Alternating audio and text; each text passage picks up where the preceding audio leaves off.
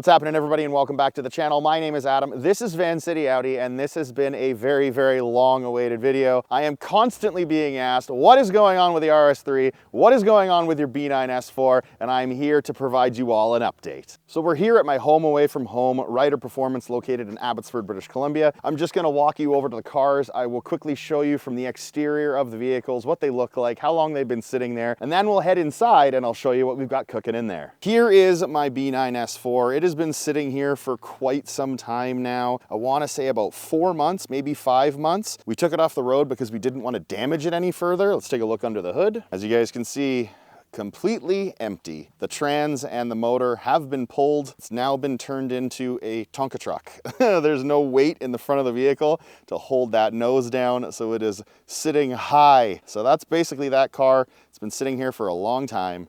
Nothing else up with it besides the fact that the motor and trans have been pulled. And now we'll head on over to the RS3. This has been here for 9 months now. Same look as the B9, sitting high off the ground. There's also no weight in the nose of the car because we've removed the engine and the transmission. Also a big gaping hole under the hood where those used to be located, waiting for us to finish the build so we can pop that back in. So now you guys have seen them sitting out here collecting dirt, collecting dust, and waiting for some work to be done to them. Let's head on inside and I'll show you what we have been working on over the course of the last 9 months. Figured we'd start off in the office with a little trip down memory lane. For those of you that did not see the video of my RS3 blowing up on the dyno and catching fire, this is what happened. Good God, some scary stuff.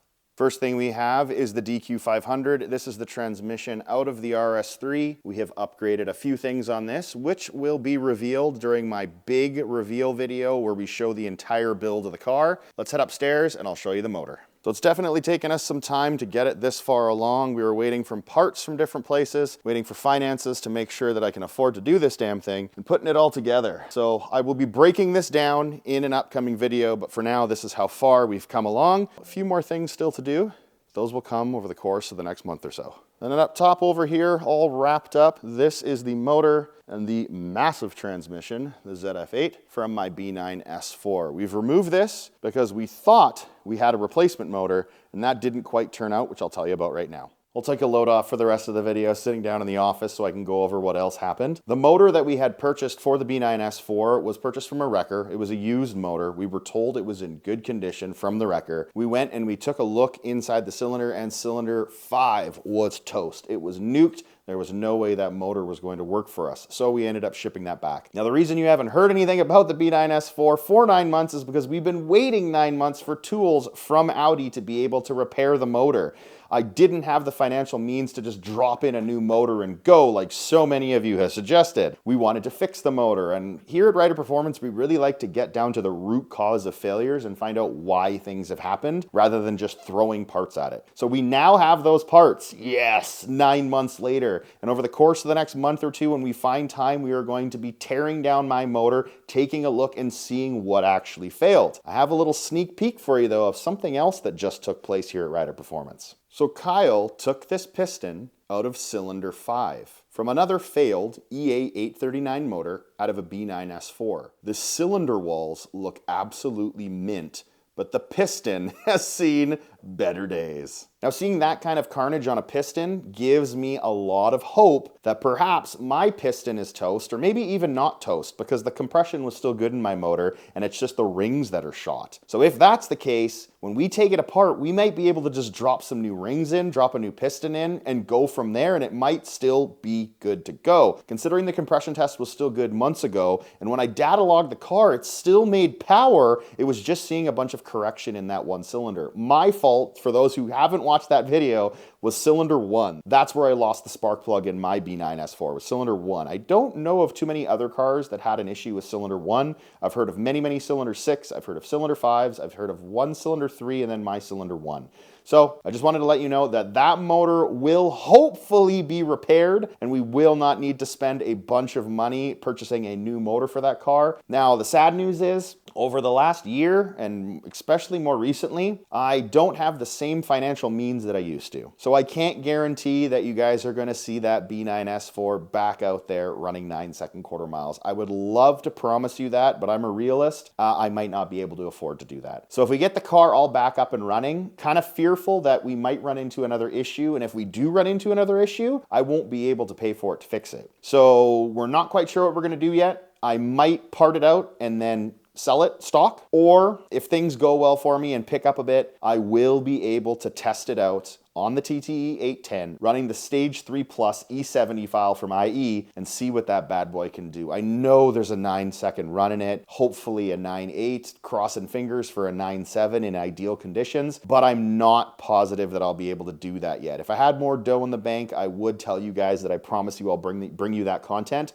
but I'm not quite sure yet. Regardless of where it goes though, I will let you guys all know in another video on the channel soon to come once we've hopefully repaired that motor. Now to the RS3. So many of you have been asking me what the hell is going on with the RS3. We saw it blow up on the dyno. We want to know what you're doing next. So I will answer a couple questions, but I won't go over it all because I'm going to be doing an in-depth build series video in the coming months. First question I will answer that a lot of people have asked, what turbo are you going to be running? I'm going to continue running that TTE 855. I have put freaking years into patient waiting to figure out a tune on Unitronic software that is safe and reliable and can make a bunch of power for everyone to use as off-the-shelf software. I know a lot of people run custom software on that, but I have always been a guy that has showcased off-the-shelf material on this channel to show what you can get without custom tuning. A lot of practice, a lot of knowing exactly what to do to get the most out of your vehicle. That's what I show on this channel. So I might go custom down the road. I'm not saying that I won't do that ever, but for the coming season, I will be starting out the season with the TTE 855 and showing you guys what I'm able to do on the drag strip with that. See if we can surpass 150 miles an hour for a trap speed. See if we can get closer to that 8-second quarter mile. I know there's some other people out there that have gone low 9s with turbos smaller than that one and making less power. So there's possibility I might need to take some more weight out of the car. I'm not sure that I'll be able to this season, but I will try my best to get as close to an 8-second quarter mile in that car as I can. Now, in regards to the engine build itself, what I will share with you guys is I have copied the exact engine build that I had from Iros Motorsport back in 2018. Some of you ask with so much confusion, why would you do the same thing? The motor blew up with 44,000 kilometers of driving. Guys, built motors with that much punishment, I was very thankful I got that many miles out of the car. 44,000 kilometers and change. I drag raced the piss out of that. I was on the dyno multiple times. I drove that motor hard. So I am okay with the fact that it let go. And at no point do I blame the engine internals for that failure. Now, a little piece of information that I will share with you guys that'll make this whole video worth watching. A lot of people have asked why my motor failed. Now, we did find one piece of evidence. Now, I can't say that this has happened to anyone else's failures, just something that we caught wind of once we actually took the motor apart, and that was the oil squirter in cylinder 1 had failed. Now, I'll show you guys little snippets of shots that I took earlier, but the little ball inside the squirter, it wasn't going into the proper position. So I'm not sure that oil was squirting up on the bottom of the piston, cooling it off. That could have caused part of the problem with my motor failing, because we did see when I tested the port injectors and the direct injectors that they weren't flowing optimally.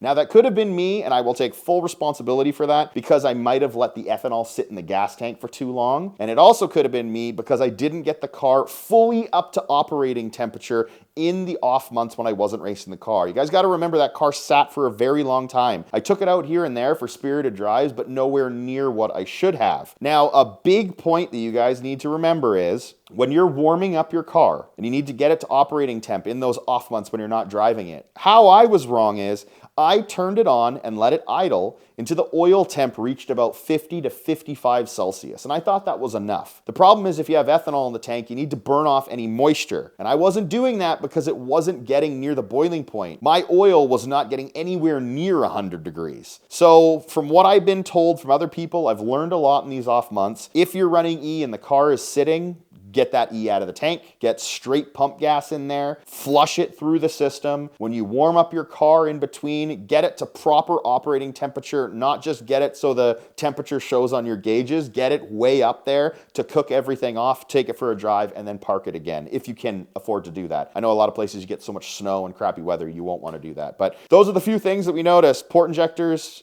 direct injectors, and the oil squirter on cylinder 1. Those were the things that we noticed that were failing, and oil squirter actually failed. And yeah, we just wanted to make you guys aware of those things that we caught. I apologize this video didn't come sooner, but stay tuned for more. I promise you there will be a bunch more RS3 content in the coming year. 2024, I am hoping, is good to me, and I'll be able to bring you guys a lot more fun content with the RS3, where I'm drag racing, where I'm dyno testing, trying new bolt-on parts, seeing if they make a difference, seeing if they don't. Get back to the basics of this channel for what it was made for, and that's RS3 Performance, the car that I love, I am near and dear to my heart, I have so much fun with. I've just had really, really bad luck with cars of late. So thank you guys so very much for watching, and until next time, take care.